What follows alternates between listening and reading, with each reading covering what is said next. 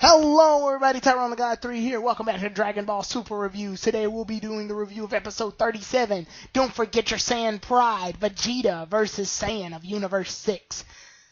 Oh, this episode was really good. I have some complaints about it. Well, I won't say complaints, I'll say criticisms, because that's a better word to use. Plus, this episode is a big carbon copy of the episode where Goku fights Oob in the final episode of Dragon Ball Z. The difference here, though, is that I feel on some level it's a bit more personal because Vegeta and Cabba are both Saiyans. Goku never trained as Saiyan. He trained Kid Buu's oddly human reincarnate. Yeah, I didn't get that. But yeah, so this episode was basically similar to that episode in the events.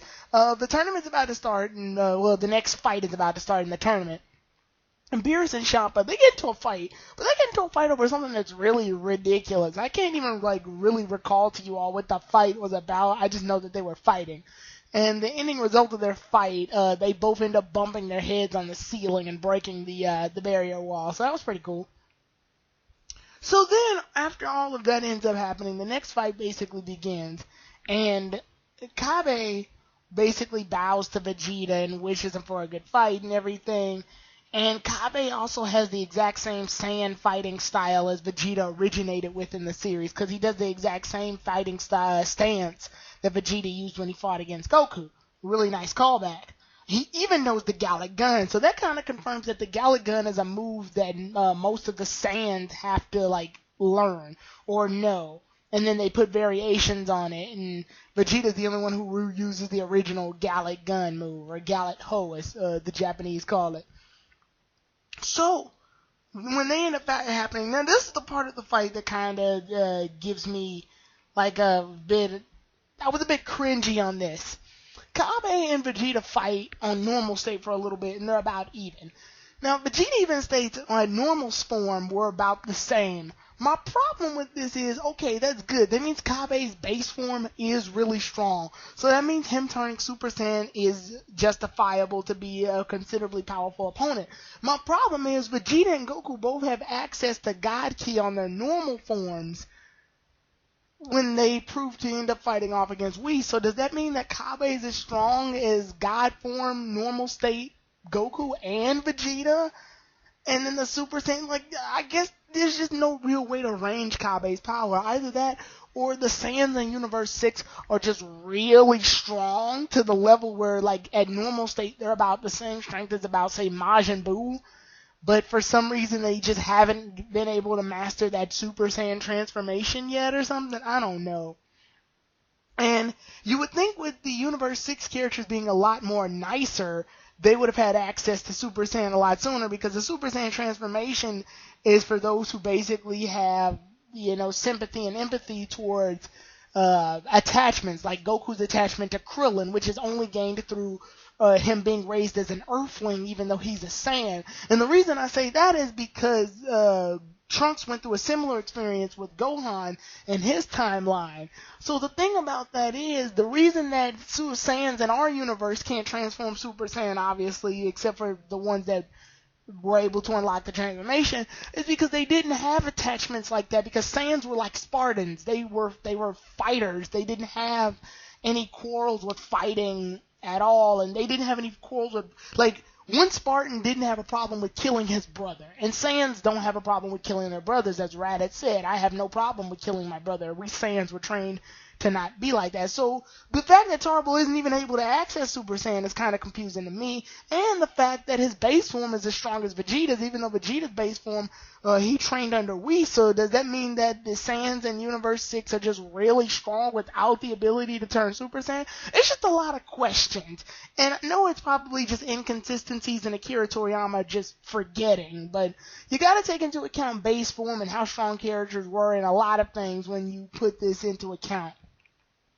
Anyway, Cabba asks in the middle of the damn fight for Vegeta to help him turn Super Saiyan. Vegeta gets sort of pissed off about this, and we get to see a little dark side of Vegeta. And I like the way that Vegeta is bringing out Cabba's power. I want to call him Tarbo for some reason, even though he's not Tarbo. Anyway, probably because he reminds me of Tarbo. Anyway, Vegeta ends up insulting him, beating the ever-living hell out of Cabba. He's kicking the shit out of Cabba, actually, to the point where even the people on Universe 7 side are like, damn, just stop. And we get to see Vegeta basically go, hey, if you don't get your shit straight, I'm going to kill you. Screw the tournament. Also, I'm going to blow a planet Salad. At this point, him threatening to blow a planet Salad is what triggers Cabba to basically get pissed off, and he turns Super Saiyan because he's like, leave Planet Salad out of this. I kind of don't like the fact that Cabba turned Super Saiyan so quickly.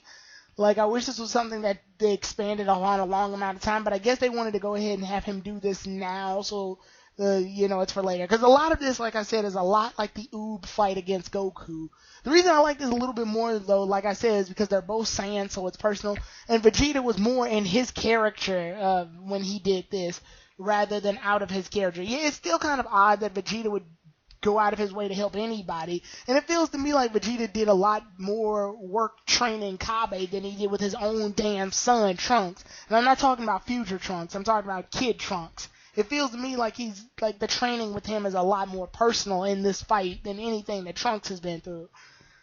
Anyway, Cabba gets to turn in Super Saiyan and takes Vegeta by surprise using all these various attacks. And I gotta say, this is where the animation definitely stepped up too. My favorite scene of this entire episode is when Vegeta trips Cabba, and Cabba takes the moment to do this cool little spin kick on Vegeta, and then back kicks with both of his feet and knocks Vegeta in the air. And I get pissed when I see this scene as well too, because I'm like, then that means this series should have no excuses for its animation issues. Because if you can make a cool little scene like that in the fight, then why the hell can't you do that throughout the entire series? And then also, this is what really pisses me off, but I really am glad that I got to watch it here. Cabba knocks Vegeta down to the ground and shoots volleys of energy balls at Vegeta. And this is the first time ever I've seen where a character shoots energy volleys, like shoots various continuous amounts of energy blasts, and doesn't look animatronic. They don't look stiff when they shoot the continuous energy bullets.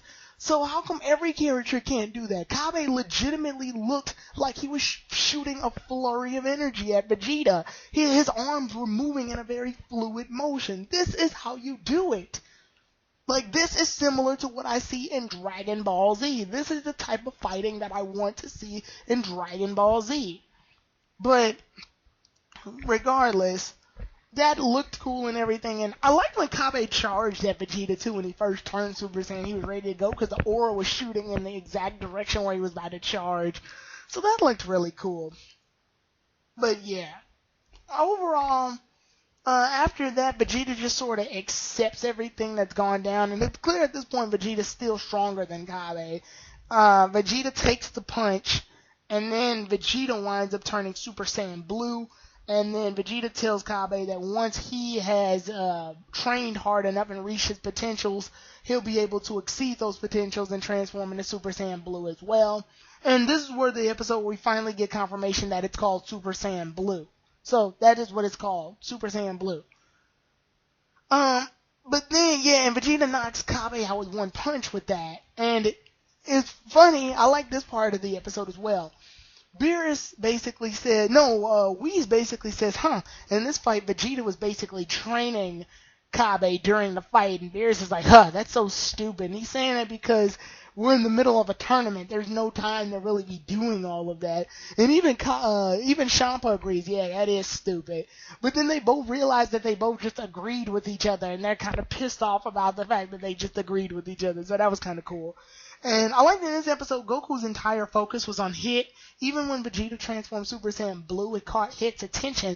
Then Hit looked at Goku, and Goku's like, yeah, I know that transformation too.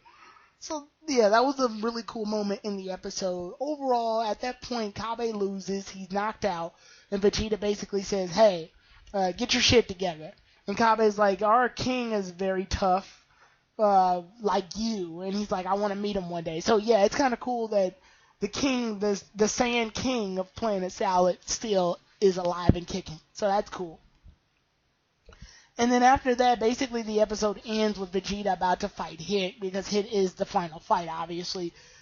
fighter that they have on the universe. And they also elaborate on the fact that Hit wants the cube. He's the one that wants the cube so they can transport to different universes. He's an assassin and he's strong enough to fight Super Saiyan Blue characters, so he's God level, which we've seen in the previews. So what the hell could he possibly want with it is the real question. But yeah, all of those answers will be said in the next episode, and that episode is titled Universe's 6th Most Powerful Warrior, Meet Hit.